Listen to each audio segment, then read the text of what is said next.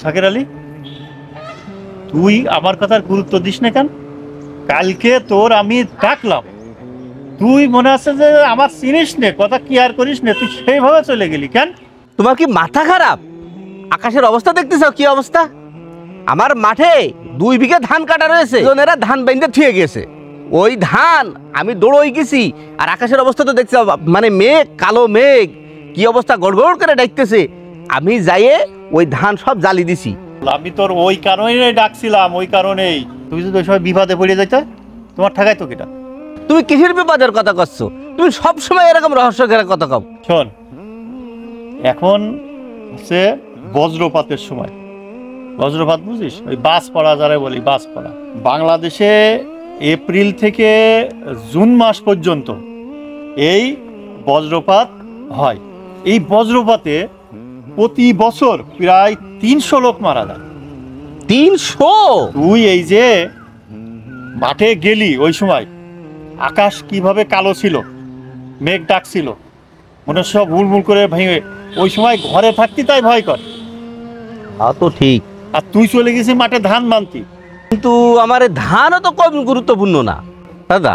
হ্যাঁ তুমি যে কইলে যে গড়ে 300 লোক মারা যায়, হ্যাঁ হ্যাঁ, তাহলে আমরা কি কি কাজ করলি এই বজ্রপাত থেকে নিরাপদ থাকতে পারবো?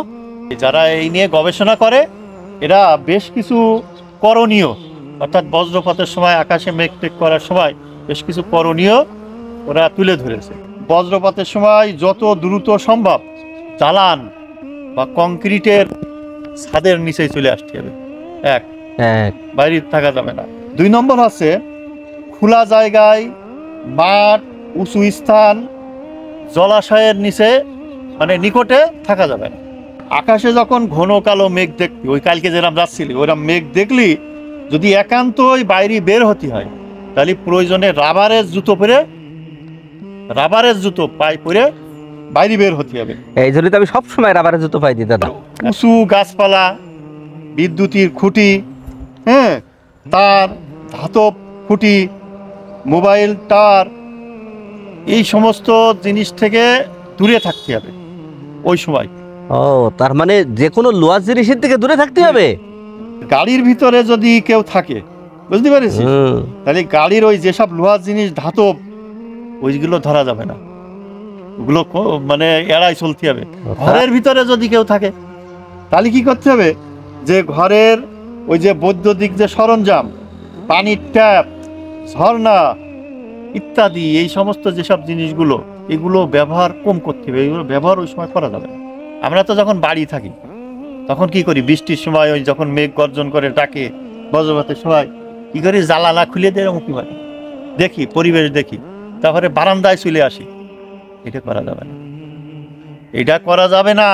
মানে ওই সময় জানলা খোলা যাবে না, বারান্দায় আসা যাবে না। এগুলো তোরও মুখস্থ করতে হবে, করে জনগণের সচেতন করতে হবে।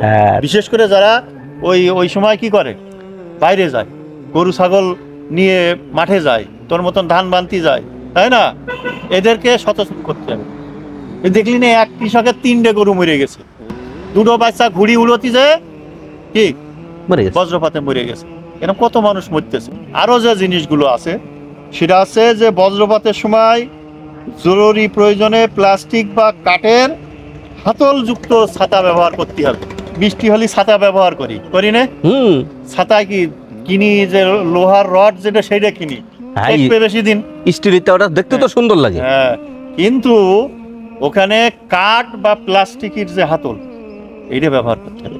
ওই যে লোহার বা স্টিল বা ধাতব, এগুলো খুব রিস্কের ব্যাপার। তাহলে কি বুঝলি, যে বৃষ্টির সময় ছাতা ওইগুলোই ব্যবহার করব যেগুলোর হাতল হচ্ছে কাঠের বা প্লাস্টিকের। লোহার বা ধাতব বস্তুর যে হ্যান্ডেল, ওই ছাতা ব্যবহার করবো না, ওতেও বজ্রপাতের সাথে সম্পর্ক আছে। অনেক সময় অনেক বাপ মা আছে, ওই বৃষ্টি হলি, ডাক মারলি, বজ্রপাত হলি, ওই বাচ্চাকে নামাই দেয়। ওরা ওই উঠোনে, খোলা জায়গায়, মাঠে বল খেলতে যায়, তারপরে ছেলেবেলে ওই কাদায় পানিতে ঘুরে বেড়ায়, করে না? হ্যাঁ, একটা মারাত্মক বিষয়। এটা কি করতে হবে, যে ওই ধরনের খেলার মাঠে পাঠানো যাবে না, ওই পানিতে নেমে গোসল করাতেও পাঠানো যাবে না, কারণ ওই সময় বাড়ির ভিতরেই তাদের রাখতে হবে বাচ্চাদের। এটা হচ্ছে সব থেকে বেশি। বাচ্চাদের কোনো সময় এই অন্তত এপ্রিল থেকে জুন পর্যন্ত ওইটা বাইরে নামান যাবে না, খোলা মাঠে খেলা করতেই পাঠানো যাবে না, এটা কিন্তু মাথায় রাখিস, এটা সবার বলে দিবি। আমার ছেলে মেয়ের সাথে হুম আমার ওই বোনির মেয়েটা আসছিল হুম। আর মেজো ভাইয়ের মেয়েটা আসছিল, এরা 3-4 জনে মিলে মাঠে চলে গেছে ওরে এই আল্লাহ। বৃষ্টির মধ্যেই। তুমি জানো না ওই অবস্থায় আমার মা ওদের খুঁজতে খুঁজতে, আমি তো বাড়ি ছিলাম না, আমার মা ওদের খুঁজতে খুঁজতে মাঠের দিকে যে ধরে নিয়েছে। খবরদার খবরদার, এটা করবি না, এটার জন্য খেয়াল রাখিস। ওই বাচ্চাদের বৃষ্টির সময় বাইরে বের হতে দেওয়া যাবে না। আমাদের ঘরে তো বিদ্যুৎ, তাই না, বিদ্যুৎ নির্ভর জীবন যেহেতু আমাদের, বিদ্যুতের সব সরঞ্জাম রয়েছে, বিদ্যুতের প্লাগ রয়েছে, আছে না, ওই যে টিভির প্লাগ, মোবাইলের প্লাগ, চার্জার লাইটের প্লাগ, আছে না, প্লাগ গুলো লাগাই দেওয়া থাকে, বিচ্ছিন্ন করে রাখতে হবে। তাই এই কথাগুলো যেগুলো বললাম না, তুই একটা কাগজে লিখবি, লিখে এটা বাড়ির ওই বারান্দায় সেটে দিছে না। দাদা তুমি তো আমার ভালো জনই কালকে ডাকিলে, তাহলে আর কি মারা জনই ডাকিলে না? আচ্ছা তুই সবসময় আর কথা আর কি মনে করিস? তুমি তো আসলে আমার বিরাট ভালোবাসা, আমি বুঝতে পারিছি। আচ্ছা তুমি যখন বুঝতে পারলে যে আমার পোতা ছেলেটা একটা বিপদে পড়ে যাচ্ছে, তা তুমি তো আমার পাশ একটু জাতি পাইতে যায়। হ্যাঁ যাই, আমার হয় তুমি হাত ধরে নিয়ে আসতে, আর তা নাহলে আমার সাথে ওই দুটো মানে দু গল্লা তো আগে দিলি তো আমার আগে তো। তুমিও মারো আমিও মরি, দুইজন একসাথে যাই, তাই না? ইলি হয় তুমি যাবে না আমি যাব, বুঝতে পারিস? আচ্ছা বুঝতে, চাচা আপন প্রাণ বাঁচা, আমার দাদাও সেই দলের লোক, আমি বুঝতে পারিস। দাদা তাহলে চলো টুপ যাই এক জায়গায়। চলো চলো চলো চল।